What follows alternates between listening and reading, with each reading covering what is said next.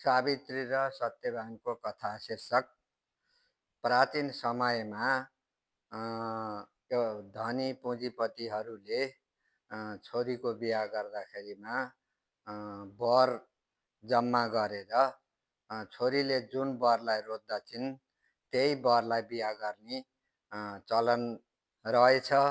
अनि त्यो बेलामा एउटा धनी मान्छेले आफ्नी छोरीलाई बिहा गर्ने उमेर भइसकेपछि सबै वरहरू जम्मा गरेर लौ छोरी तिमीले जुन रोज्छौ मैले त्यसैसित तिम्रो बिहा गरिदिन्छु भने उनले एउटा मन परेको वरलाई रोजिन् र माला लगाइदिइन्।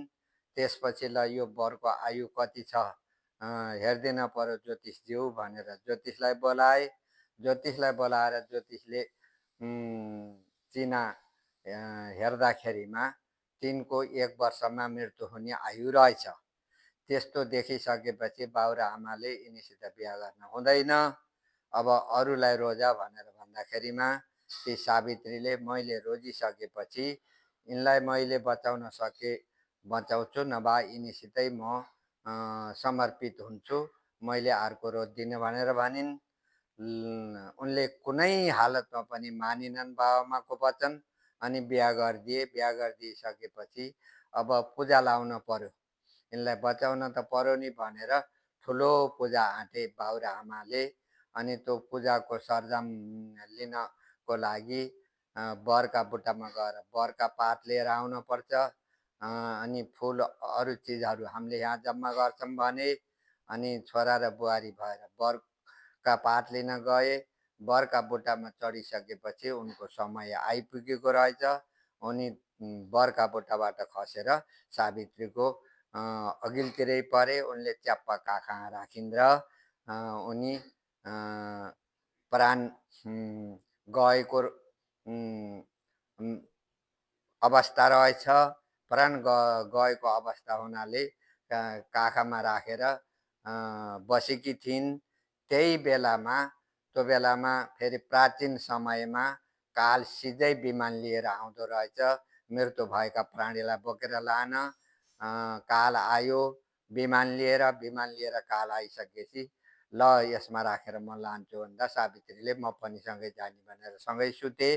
अनि तिमी जीवित छौ जान पाउन्नौ भन्दाखेरिमा म सँगै जान्छु, कुनै हालतमा नि छोड्दिनन् भनेर दुवैलाई विमानमा राखे। अनि विमानमा राखेर केही टाढा कति योजन पर पुगे, 100औं योजन पर पुगेपछि लौ तिमीले वर माग, त्यो वर पुरा गरिदिन्छौँ भनेर भनेपछि मेरो ससुराको आँखा फुटेको छ, ती दुइटै आँखा जस्ताका तस्तै हुन् भनेर भनिन्। तथास्तु भनिदिए।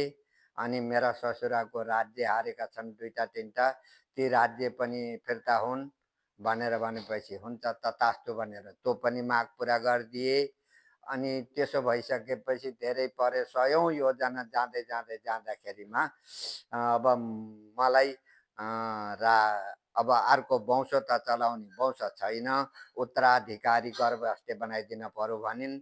त्यो कालले विचारै गरेन, ल तथास्तु भनिदिए। उनी गर्भाष्ठी भइन्।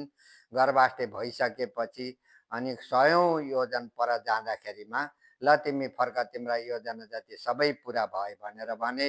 सबै योजना तिम्रा माग जति हामीले सबै पुरा गरिदियौँ भनेपछि मेरा माग त पुरा गरिदिनु भयो, मलाई ठुलो अड्को पर्यो, मैले अब गर्भाष्ठी भएँ, यो कसको गर्भ बोकेर आकी रन्डियो भनेर मलाई न घर न घाट न स्वर्ग न नर्क बनाउँछन्।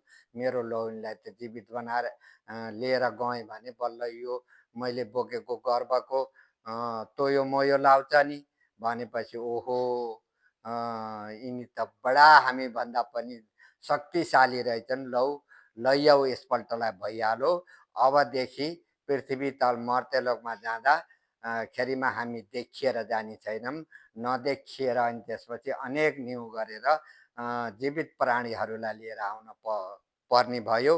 मृत प्राणीलाई सोझै मृत भएका लासलाई सोझै लिएर आउँछौँ भनेर जाँदाखेरिमा ठुलो दुर्दशा बेहोर्न पर्ने रहेछ भनेर त्यो दिनदेखि काल मृत भएकालाई नदेखिने रूपले आएर अनि उसको प्राण हरेर लाने गरेको हुनाले अहिलेसम्म काल आएको नि देखिन्न, गएको नि देखिन्न।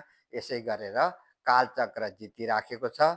उता सावित्री शक्तिशाली भएको हुनाले तिरीमा त्यत्रो शक्ति हुँदो रहेछ जसले मरेकालाई पनि बचाएर फेरि राज्य चलाउन सफल भइन्। यो बडा रहस्यमय कथा छ।